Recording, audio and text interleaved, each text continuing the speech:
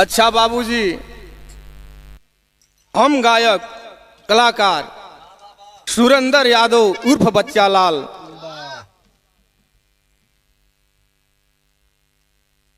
एवं साथियों के बीच में एगो बिरहा छोड़तानी। बहुत खुशी की बात है। जवना बिरहा का शीर्षक मां अमिला देवी का चमत्कार, स्नेहा स्टूडियो रावटसगंज सुनील भाई के देखरेख में होखत बा। जवना में साथी कलाकार हारमोनियम पर राम सजीवन, नाल पर राजू भैया जी, कोरस पर तस्वर, झांझ पर जितेंद्र और बबलू।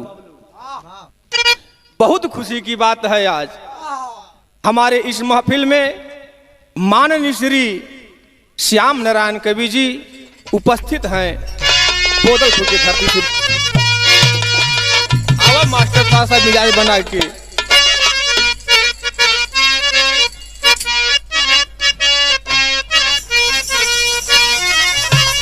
यही ले कवि जी की कलम भूमिका के अंदर प्रवेश करती है कि हर जिंदगी के संवरने का मंजिल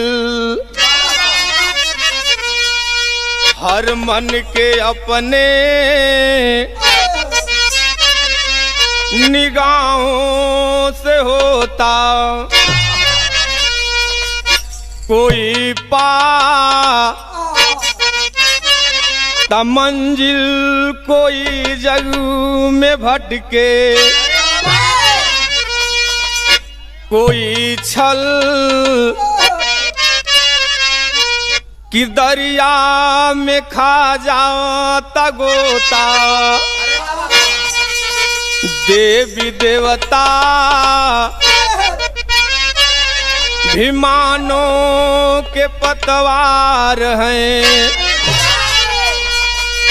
देवी मैया दोहैया पला गए सहैया। कल्याणकारी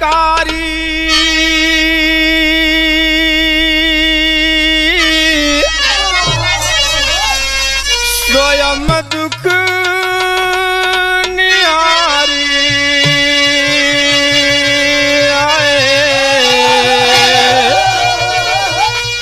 सोनभद्र पहाड़ा पे अमिला देवी मैया।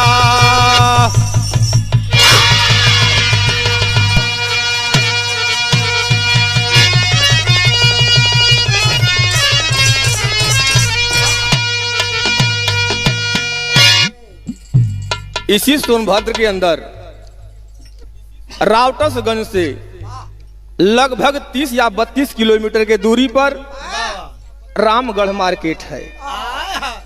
रामगढ़ से लगभग 30 या 32 किलोमीटर के दूरी पर दक्षिण साइड में मां अमिला भगवती का धाम है।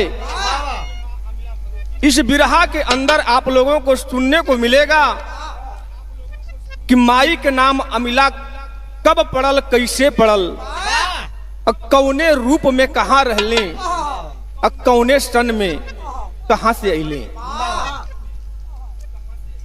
गजल से सुंदर भाव मास्टर।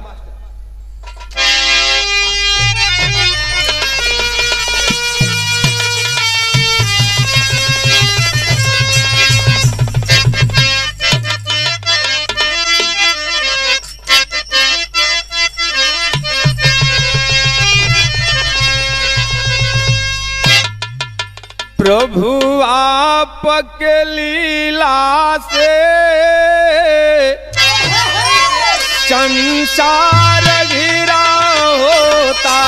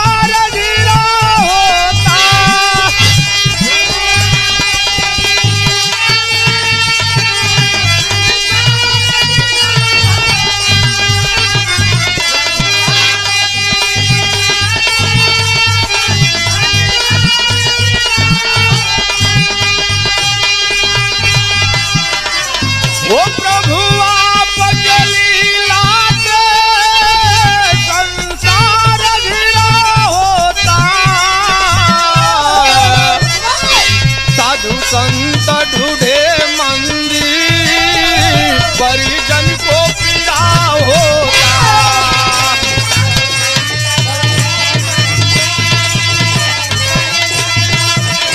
जियो बहादुर जियो।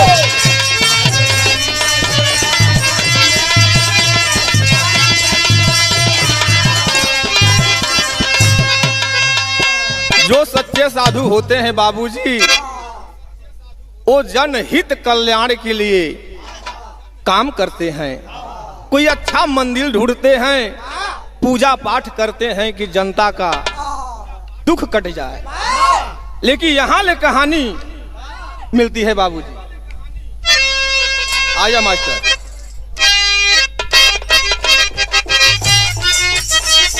जियो से जियो।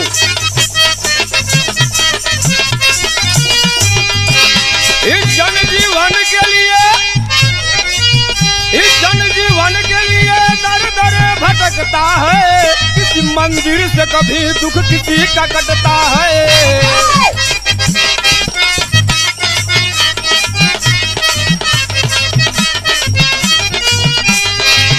सरल स्वभाव सदा, सरल स्वभाव सदा भेद में दिखाई है। जन कल्याणी माई अमिला देवी आई है।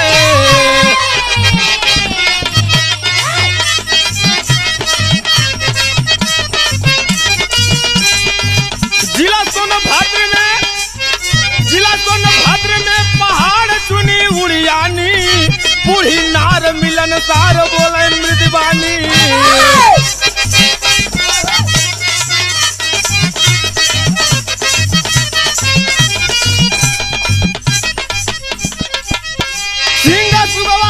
भी पसंद ना हुआ, सिंगा सुगवा को भी पसंद ना हुआ, तो काहे उड़ियानी पहाड़ी से मिल रही दुआ।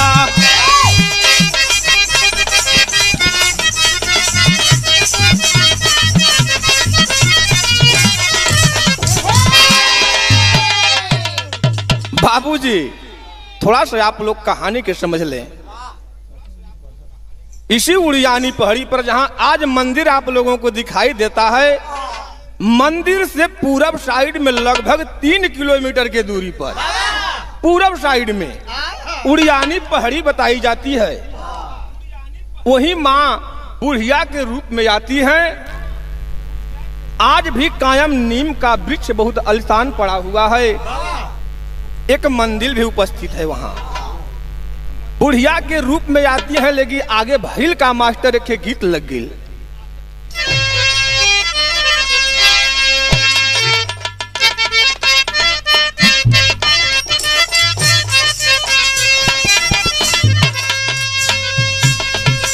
मास्टर भैया गीत बजावत हो कोनो लड़की के चाल चलन पर, ओकरे पहनावा के देख में बड़ी नीक कहले हमारे मास्टर भाई कुछ कर रहे हैं कि एड़ीदार संडिल साफी बेगला टकाय गोरी।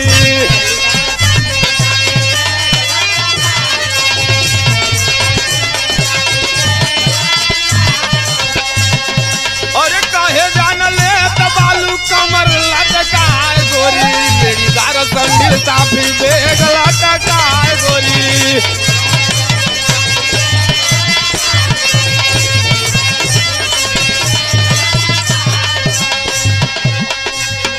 ये गीत रहल, लेकिन भाव लगल बाबूजी कि सुनैली सब कर पुकार माई पहाड़ी पर।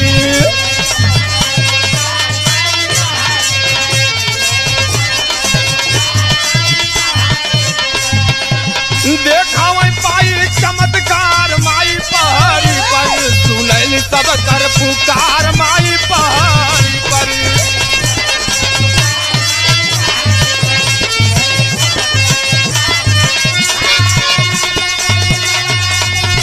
जियो शेर जियो।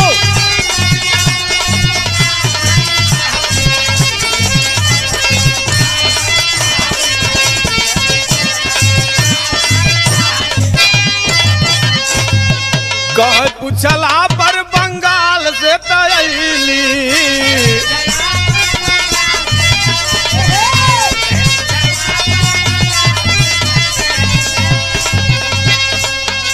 राम बाबा के बंगालिन जेलिन भैली।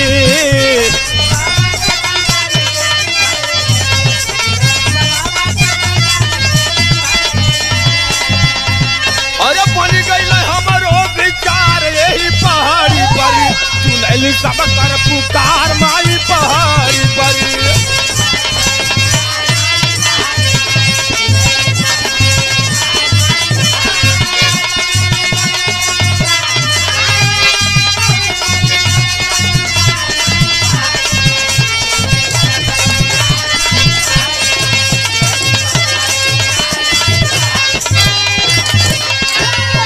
बाबूजी जब बुढ़िया के रूप में माई उड़ियानी पहाड़ी पर आती हैं तो लोग देखते हैं, कहते हैं माँ कहाँ से, ए दादी माँ कहाँ की रहने वाली हैं, कहाँ से आई हैं, कहाँ जाएंगी आप। माँ बताती है कि मैं बंगाल देश की रहने वाली हूँ, किन्ना राम बाबा की चेलिन हूँ।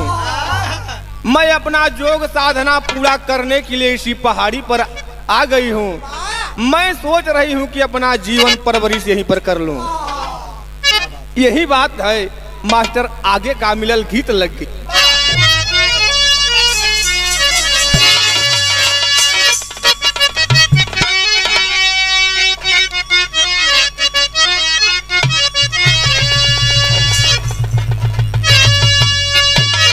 कौनो लड़की बड़ घर का बेटी रहल, ओकर शादी लगल तो बड़ी खुश भइल कि हमार तो ब्याह होई, अब हमहू जाब। तो ब्याह है विदा का नाम सुनल है, बहुत खुश भइल। लेकिन जब बारात आइल तो लड़की के बाप कहता भगत एक बात तो भूल गई हम, हमरे के ब्याह है विदा ना सहला। ई बतिया धीरे धीरे घरे में पहुंच गई तो लड़कियों सुन गई तो बड़ी दुख होके भल की अब हम न जाब। एक साल बीत गल तो वो समय धीरज धरावल गल के चला 4 महीना बाद शायद बन जाई। लेकिन धीरे धीरे जोहत 1 साल बीत गल, 2 साल बीत गल, 3 लग गल तो लड़की अपने राजा जी से कहले मोबाइल में का कहले मास्टर राजा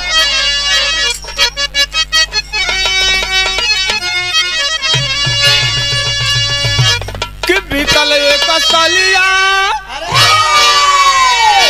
बीतल 2 सालिया, मालिया में ना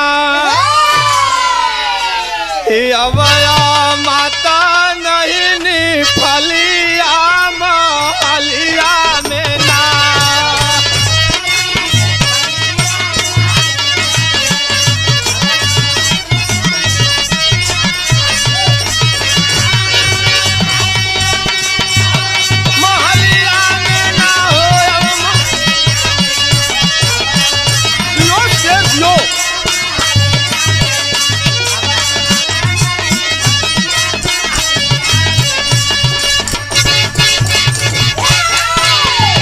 लेकिन ये गीत रहल, लेकिन भाव लगल आगे भयल का कि हरत माई मतिया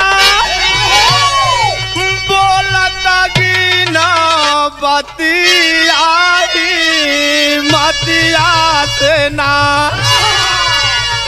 भीतर बनवा में रतिया ही मतिया से ना।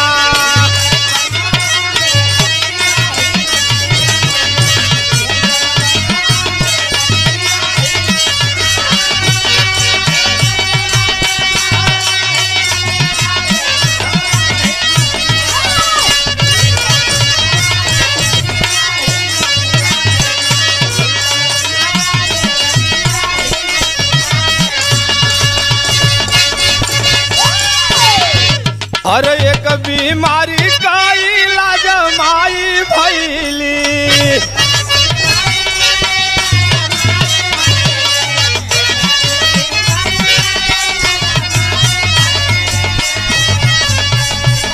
भारी लगावा में सोरा हो गई।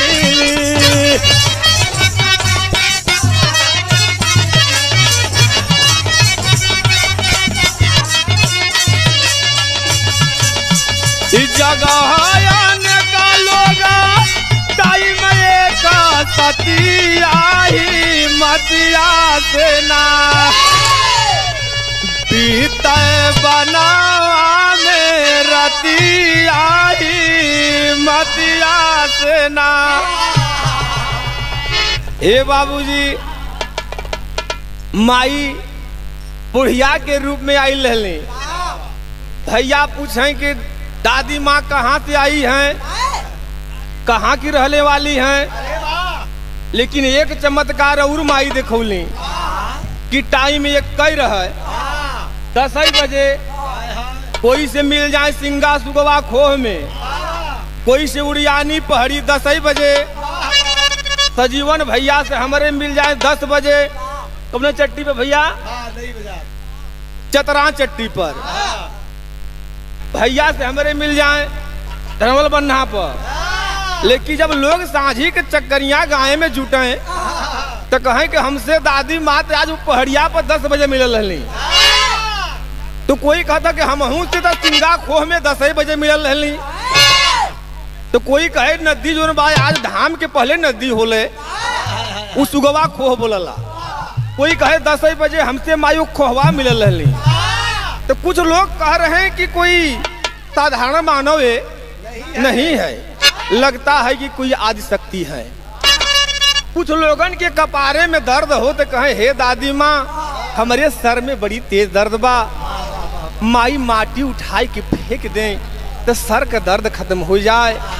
कोई कहे दादी माँ हमारे कमर में बड़ा दर्द बा, माई बकुली से छू दें कमर का दर्द खत्म हो जाए। कुछ लोग टेक के गईले दौड़ल गईले, पूरे जितनी पहाड़ के अंदर गांव है, जितनी भी बस्तियां है, हलचल मच जाता है। हर माँ हर एक मर्ज की इलाज बन जाती है। कोई भी मर्ज है माँ की छड़ी ही उसका इलाज है, यही ले माँ भरमाती है। कुछ लोग खोजते हैं, कहते हैं दादी माँ आपके आश्रम यही बन जाए तो ठीक रहे, हमन के खोजे में बड़ा दिक्कत होले, कहियो ये पेड़े तर कहियो वो पेड़े तर कहियो वो खोहे में आप रहिला। तो कहली कि बचवा समय आई ये पर्वत खोह में कोई चमत्कार सा सीन अगर दिखाई देता है वहीं हमारे मंदिर का निर्माण करना, यही ले माँ भरमाती हैं। तेरी में भाव लगल मास्टर।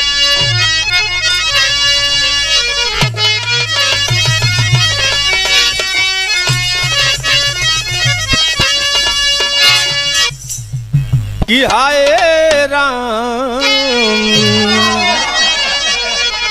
अरे भरमाई अमिला देवी माई, अरे भरमाई अमिला देवी माई, देखल सीन सामने पेड़ शेर को खाई। अरे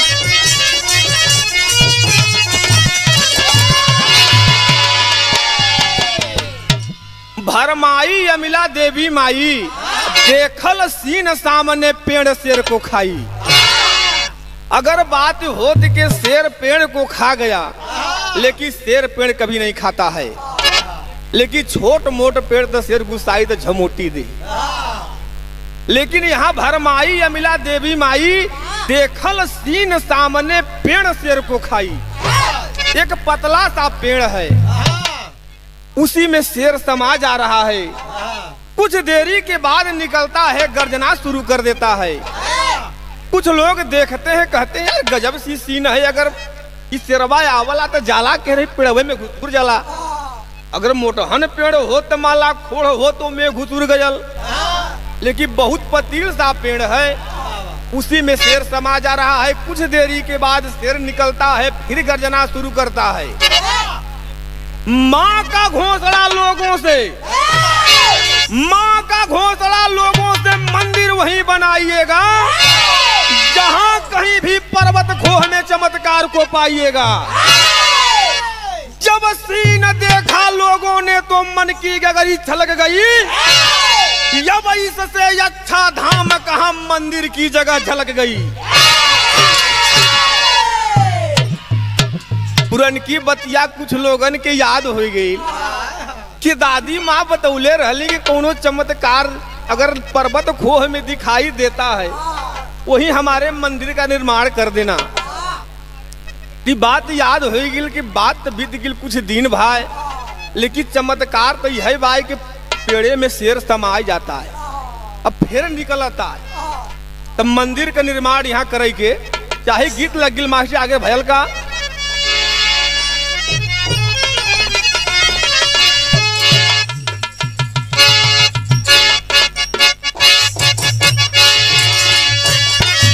जियो बहादुर जियो,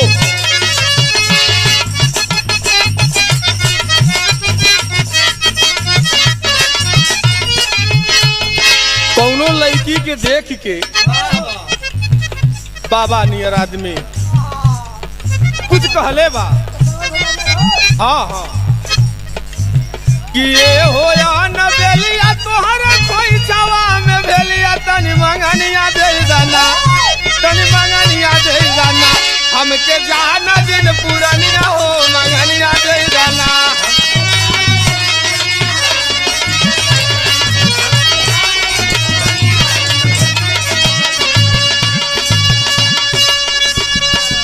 ये तब बुढ़वा कल है, लेकिन हमारे राजू भाई नियर लड़का एक लड़की के देख के नहीं माने वही लड़किया के देख के करे थोड़ा सा पहनावा पर प्रमाण कर दिला राजू भाई हमारा कि आधे पेट झूलवा पहिरे काने काना बलवा हमारा पुलवा पर खाली, हमारा पुलवा पर खाली तार बदर का ले पुलवा हमारा पुलवा पर खाली।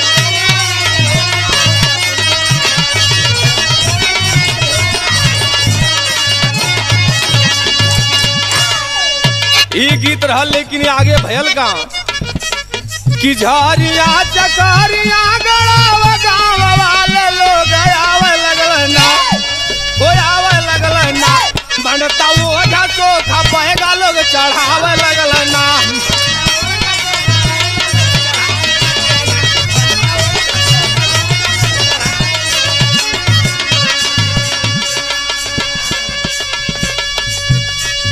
दशरथ बैगा के माई दिहली सपनवा,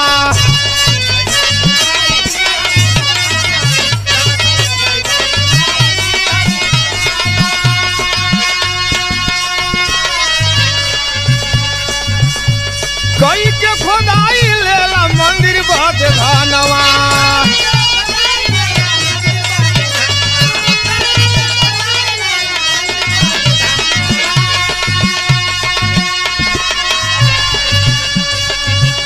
चकारिया कसाहू साथी लइके कैला कामवा बतावे लगल ना, वो बतावे लगल ना, प्रियत खोर पाके धानवा चटावे लगल ना। एकदम सही है मास्टर।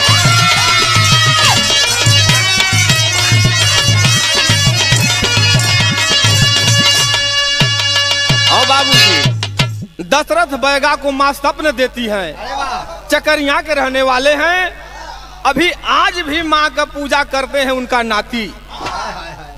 स्वप्न देती है माँ कि पहाड़ी के ऊपर कहीं भी आप खुदाई करेंगे रकम मिलेगा और रकम लेकर मंदिर बनवा देना। और चकरिया के रहे वाला साहू जी दशरथ जी के मित्र रहले, जाके कहले कि भैया हो ऐसा बात बा कि माई हमके सपना दिली, वैसे ही बुढ़िया के रूप में अली, कहली हे दशरथ लाल उस पहाड़ी के ऊपर जहां आप लोग सीन देखे हैं कहीं भी खोदाई करेंगे तो रकम मिलेगी और रकम लेकर मंदिर बनवा देना लाल।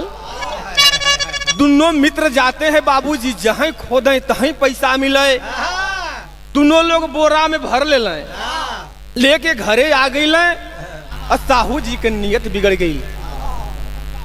कहें कि हे दशरथ अरे मर्दे छोड़ता मंदिर संदिर यार, ये पैसा रही तो पुस्तकान खाई नाती पोता कुल खाई है, लेकिन दशरथ जी कहे ना भाई माई सपना दिले हमके मंदिर तो बनो ही के परी, लेकिन रसरी आवत जात सिर पर परत। आगे भल का मास्टर साहू मारे दशरथ जी अंधा हो गई।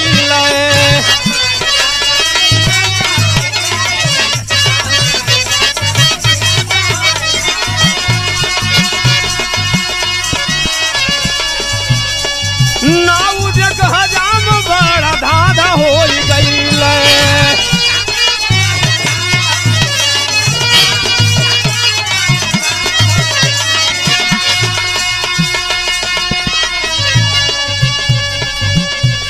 मरचा गुड़ का रोजगार दिन दिन बढ़ावे लगलना, वो बढ़ावे लगलना।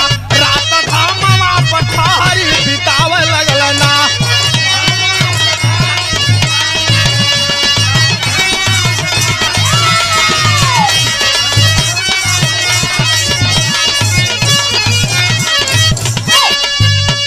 ए बाबूजी, साहू जी ढेर चोरी करे के चक्कर में पड़ल मर गई। और दशरथ जी थोड़ा सा कम चोरी करे के चक्कर में पड़ल, दोनों अखिया का सूर हो गए हो। ई बतिया गौवा में हलचल मच गिल, पहाड़े के अंदर पूरा हलचल मच गिल कि उ लोग रुपया लिए मंदिर नाही बनवल। और साहू जी मोर गई। और दशरथ बैगा दोनों आखी का सूर हो के बैठ गई। ए बाबू, जो पहाड़ी के ऊपर कोई सामान अगर कोई पाता है तो कोई छूता नहीं। जैसे गाय में नाव हल गयल तक कहीं हमरो दाढ़ी बढ़ी गई, तो सजीवन भैया कहीं हमरो बढ़ गई भाई, तो कोई छुवत ना बा। कौन कचनरवा का व्यापारी इसी रामगढ़ मार्केट में मार्केट करने के लिए आते थे, तो कुछ व्यापारियों के मालूम हो गया कि नहीं कोई माँ का स्थापना यहाँ है, कोई माँ रहती है। तो कुछ लोग रूख के बाटी चोखा लगाए के रतिया बिताए ले पंचो। लेकिन एक दिन व्यापारियों का जनसंख्या अधिक थी, उसमें एक व्यापारी राम भजन नाम का धोबी भी था। आया गीत लग गिल मास्टर भैल के आगे। हमरे रामदेव गुरु अपने जवानी के आलम में गाँव है। आएगा जियो बहादुर।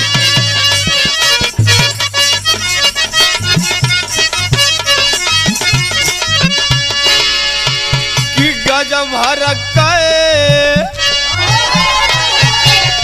गजब हरक्के, गजब हरक्के गुजारिया गजब करो।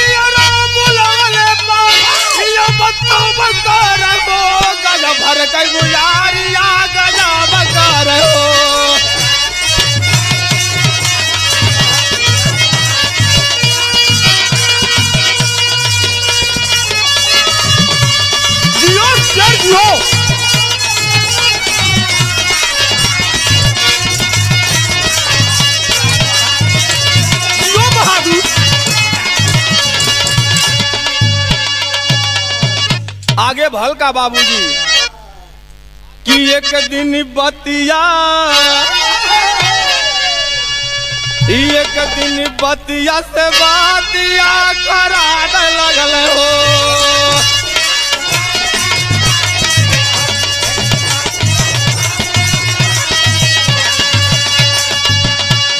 और राम भजन धोबी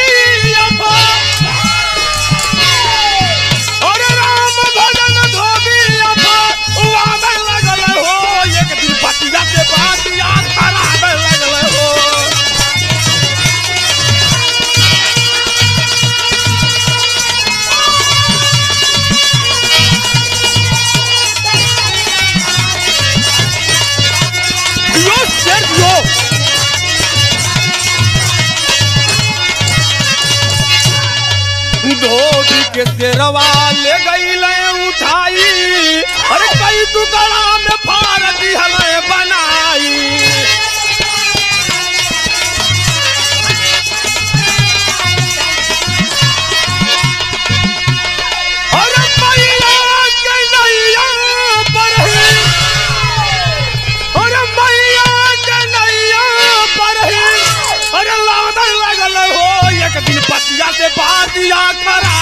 चलो।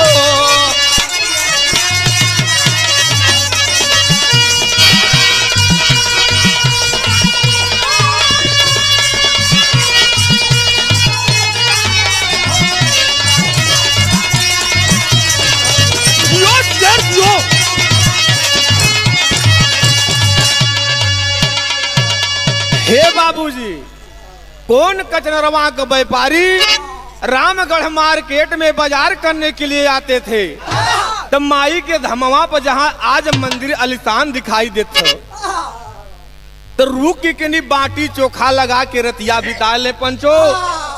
एक दिन की बात थी कि एक नया व्यापारी राम भजन धोबी नाम का आया था। ये बतिया सुन के कहे, कौन सी माँ, कैसी माँ, मैं कोई आमा नहीं मानता। तमाम सी बात अफवाह पकने लगा। माई के बाबूजी बतिया बर्दाश्त ना भइल हो, आसन छोड़ के शेर रूप में आती है बाबूजी। राम भजन धोबी के उठा के ले जाके कई टुकड़ा में बांट दिली हो, बर्दाश्त ना भइल, पहपट लग गई बाबू।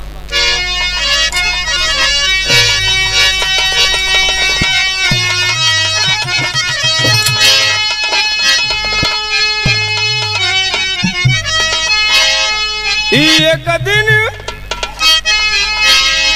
दिन एक मानो गया दानो रही अच्छे गलेबा, माई के पुकार मानो दानो रही अच्छे गलेबा।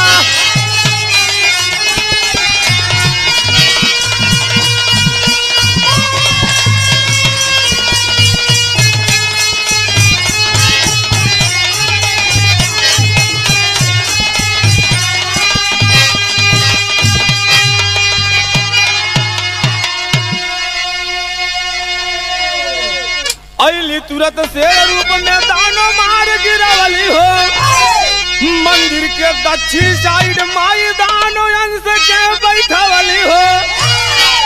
वही के बलि चढ़ा तो दानो रही अच्छे गलेबा, माई के पुकार मानो दानो रही अच्छे गलेबा। ए बाबूजी, वो पहाड़िया के ऊपर एक दानो रहा करता था। एक दिन की बात है कि कौन कचनरवा से एक व्यापारी अकेला आ रहा था रामगढ़ मार्केट में मार्केट करने के लिए। हे बाबूजी, वो दानवा आकर राह के तो छेक लिया, एकदम अवाक व्यापारी खड़ा है, कहे आज जिंदगी बची नहीं। दानवा राह को छेक लेता है, व्यापारी अवाक खड़ा है, लेकिन याद आ गया कि कोई माँ यहाँ रहती है। कहता है माँ माँ माँ। इतना बतिया सुनते पंचो माई आसन छोड़ दिली हो, शेर रूप में जाती हैं, दानवा को मार गिराती हैं, मंदिर के दक्षिण साइड में स्थापना देती हैं, कहती हैं जन कल्याण करो भोजन मिलेगा। क्यों दर दर भटकते हो, क्यों लोगों को पीड़ित करते हो? खून का प्यासे हो ना, खून तुम्हें चाहिए ना, लोग तुम्हें खून पहुंचाएंगे। सिर्फ मैं जो कह रही हूं वही करो, लोगों का कल्याण करो। बाबूजी जो न आज लोग कहल माई के मन्नत मन ले है, 5 ठे मुर्गा काट दे, अमिला भगवती के 10 ठे बकरा चढ़ाई। बाबूजी माई के पूजा नारियल चुनरी कपूर अगरबत्ती, अगर वो हो नहीं अटल तो खाली हाथ जोड़ के विनती कर लेला, माता कभी कुमाता नहीं होती। वो खून के जो पूजा होला, खसी बकरा के पूजा, दानवा का पूजा होता है बाबूजी।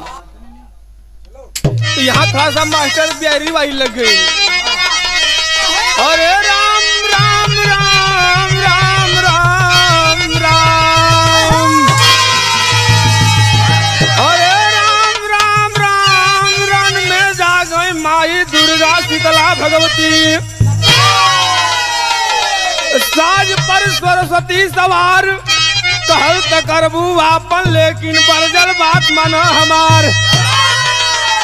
बन चलत करी सुमिरनी माई, बन शक्ति कटी चढ़त करी सुमिरनी डिहवार। येहू ले जबरा गाढ़ परता करी सुमिरनी माई बुढ़िया के, अरे जे करे गोदिया मेरे भाईया,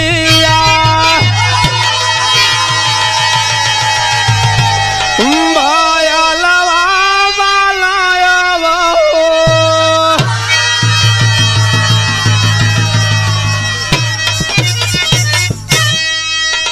तिया हीरा भाई सिंह संग चरवा,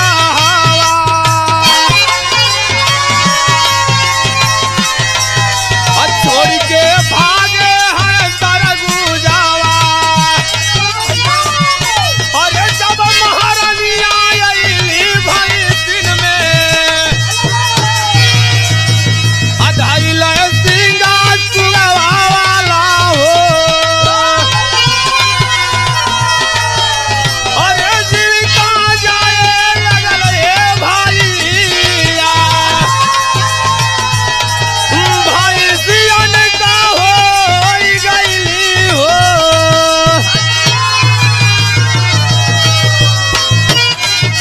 सिंगा सुगवा खोह चराउर उड़ियानी पहड़ी अड़ार। एक दिन ऊपरा शेर देखायल घेर के भोइस कैली नार। यादों पहुँचे बैठल माई जकरे कोखी बाय अवतार। नाम लेके माई कहली अमृत तनी बचावा। हाय ढीला भाई देखा होगा, और अम्मी कहीं के बढ़ गए खिया खिया खिया। आई कपरई में बानी हो,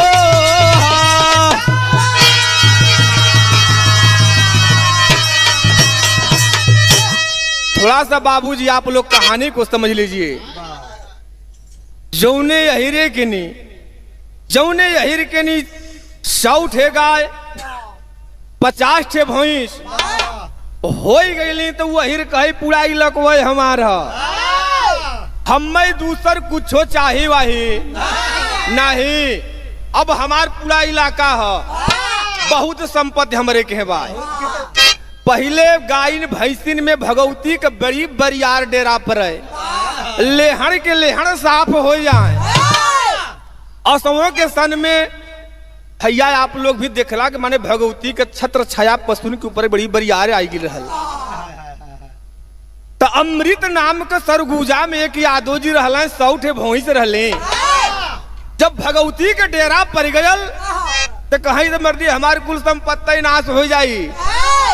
सरगुजा छोड़ के भैंस लेके एकदम हाकत आई गई माई के जहाँ धाम बा, जहाँ पहले माई का बसेरा रहल, वहाँ अड़ार बनौले उड़ियानी पहाड़ी पर। सिंगा खोह सुगवा खोह चराउर बना ले। एक दिन की बात है कि भैंसिया उड़ियानी पहाड़ी से सीधे पहाड़िया चढ़ गई, जहाँ आज माई का मंदिर है।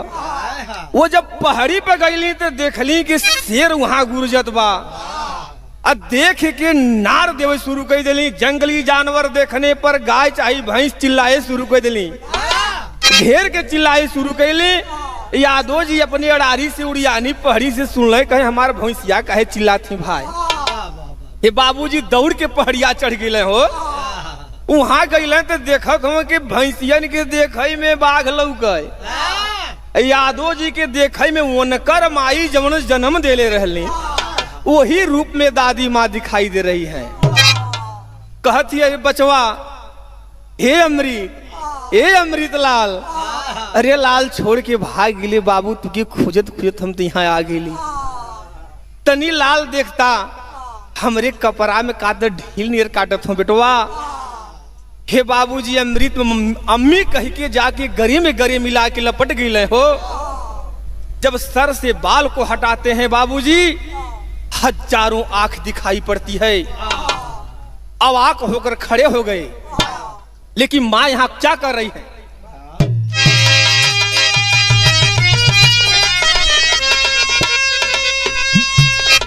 तमाई बोले अमृत बानिया,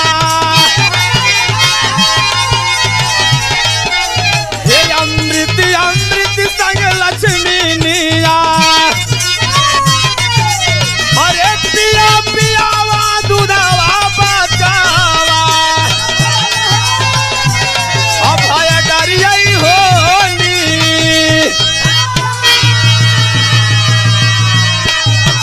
अरे अम्मी काहे दिहाए भाईया, आय अम्मी आई भी हो तो,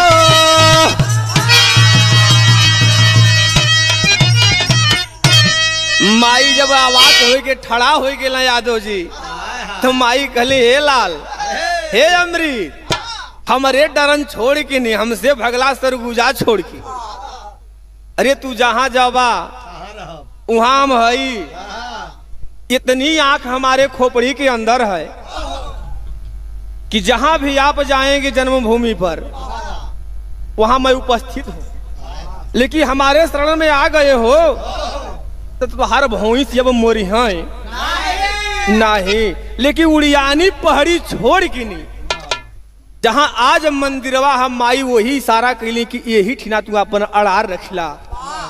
जब नीचे आप लोग जाते हैं बाबूजी, देखते हैं कि नाला बहा हुआ है, कहती है कि उसी नदी में नहाओ, हमहू के दूधवा पियावत तू हूँ पिया, खाली कह दहा के अम्मी ला। तो छोट लड़का है तो माई के कितना चुनहार में कहना अम्मी, तो कोई लड़का कहना मम्मी, तो कोई कहला माई, तो कौनो बड़ी प्यार से कहना था मम्मा, तब्बो माई बोला नहीं। तो माई कहली खाली कही दहा बचवा अम्मी ला, यही पेड़े में तू एक लोटा दूध गिरा दहा, और जब तुहार समय हुई तो बोल दहा के अम्मी, तो हम उपस्थित हो जाओ। वो हीरे का जात नदी में नहाई के, नदी में नहाई के नहीं जाई के नहीं, निगरई दूध कहा मिला, तो माई प्रकट हुए दूध पियाए। एक दिन की बात है कि माँ आने में लेट कर देती है, सोचती है कि मैं देखूं कि सच्चा भक्त है कि नकली भक्त है। आने में माँ लेट कर देती है। वो अमृत लाल अहिर लगल चिल्लाए, ले के लोटा का दूध है मिला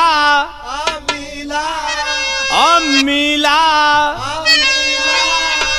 तो कुछ लोग लकड़ी गढ़े वाला, बकरी भेड़ चरावे वाला, अगल बगल का लोग जब सुन ले कि यार हीरा काहे आज चिल्लात बना है, तो धीरे धीरे लोग नजदीक हो गए। तो ये हर इनकारी से पीठ बढ़ गई, मिला मिला मिला। अब बौले मान जा, माई प्रकट हो जाती है, कहती है लाल थोड़ा मुझसे लेट हो गया, हमको क्षमा कर देना बाबू, मैं कुछ दूर चली गई थी। तो कहे माँ अगर इस प्रकार से आप लेट करेंगी तो मैं मर जाऊंगा। बार बार शब्द दोहराने पर अमीला कहने पर लोगों को सुनाई पड़ रहा था अमिला। जब अगल बगल के लोगों को सुनाई दिया अमिला शब्द, तो माँ प्रकट हो जाती है। तो कुछ लोग देख लें कहलें कि यार हीरा जब कहला अमिला, तो पेड़वा में माई फिर प्रकट होनी। उसी दिन से बाबूजी माँ का नाम अमिला पड़ गया, अमिला के नाम से प्रसिद्ध हो जाती है। हमें भाव लग गल माई।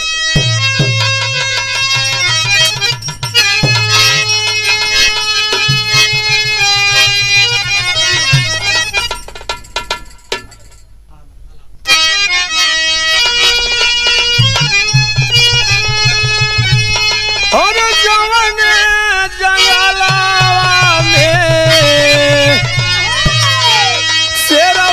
बैठाई दर के वही आज भीड़ भारी लागे दरबार।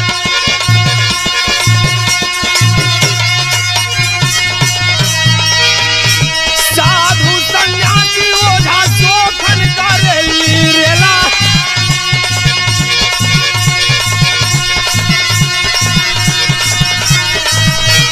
गवलो गवाला नाही महिमा अपार।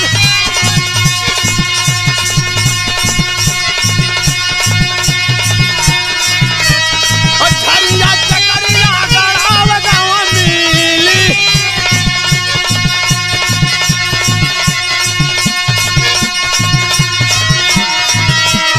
मिला जुला दिए छोटा मंदिर बनवाए।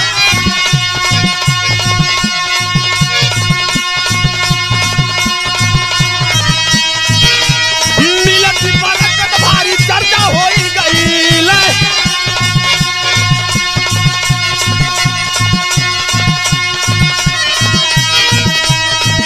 लागल लगल मेला जहाँ भारी हड़ताल।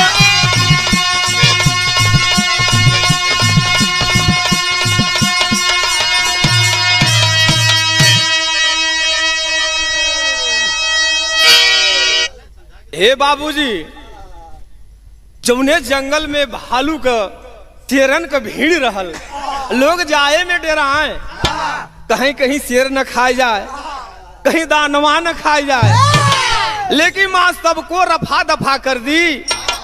आज बाबूजी जाए के देखें कि साधु सन्यासी को वहां मेला लग गई।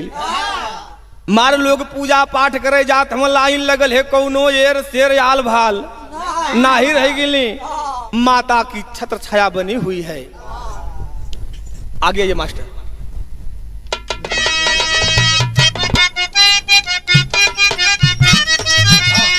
1930 में भराइल बुनियादिया।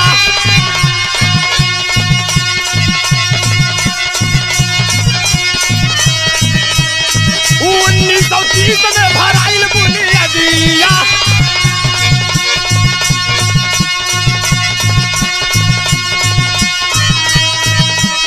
2021 में बा मंदिर आलिशान।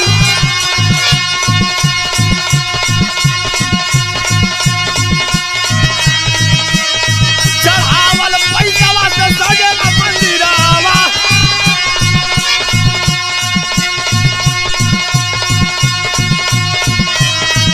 औरो बनत बारू कैगला सखान।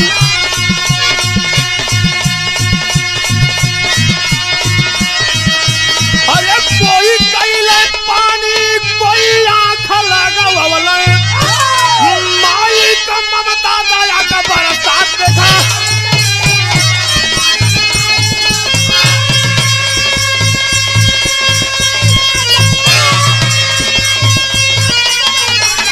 यो जर जो सही शाबाश।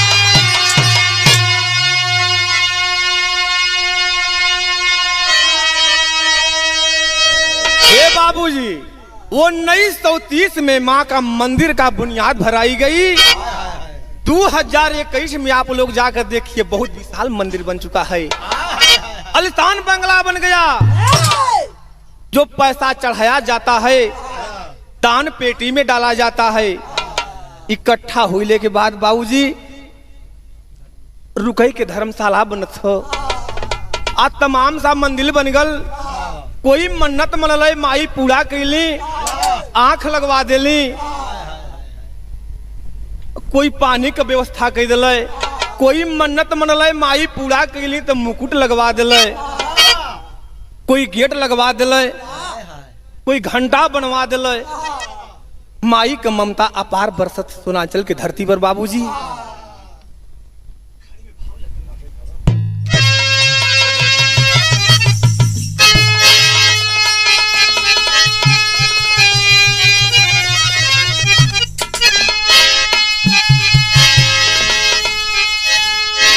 अरे सोनांचल, अरे सोनांचल के पहाड़ा पर सुखद के नैया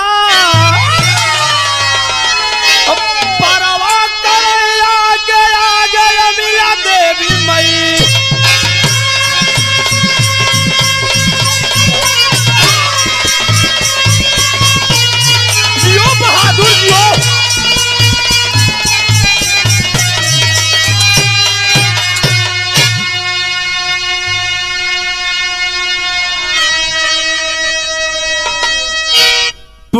देशवा में एक और चमत्कार बा, आदमी के बाद मेला मक्खी होनहार बा, ना हटे न काटे का देखावई रैया,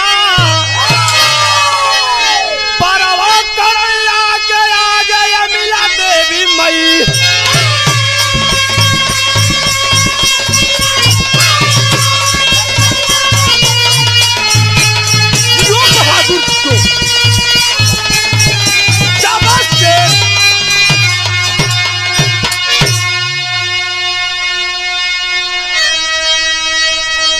ये हो श्रोता बंधु एक बार सुन आव, जवन सोच लेके आव है फल पाव, कवनो दुख में होई है बहिनी कोई भैया, परवा करैया के आगे मिला देवी मई।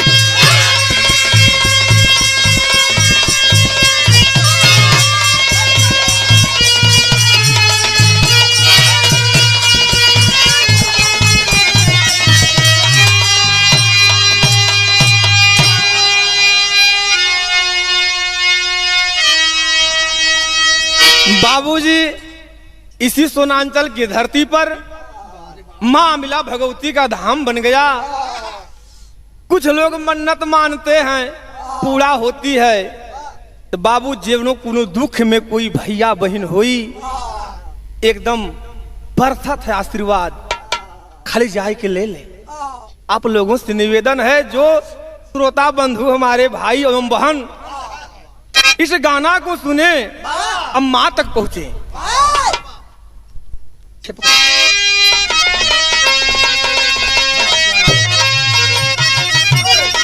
गुरु बिहारी गुरु गणेश चंद्रिका की सीताराम, कथन करें कवि श्याम नारायण की तजीत की धारा।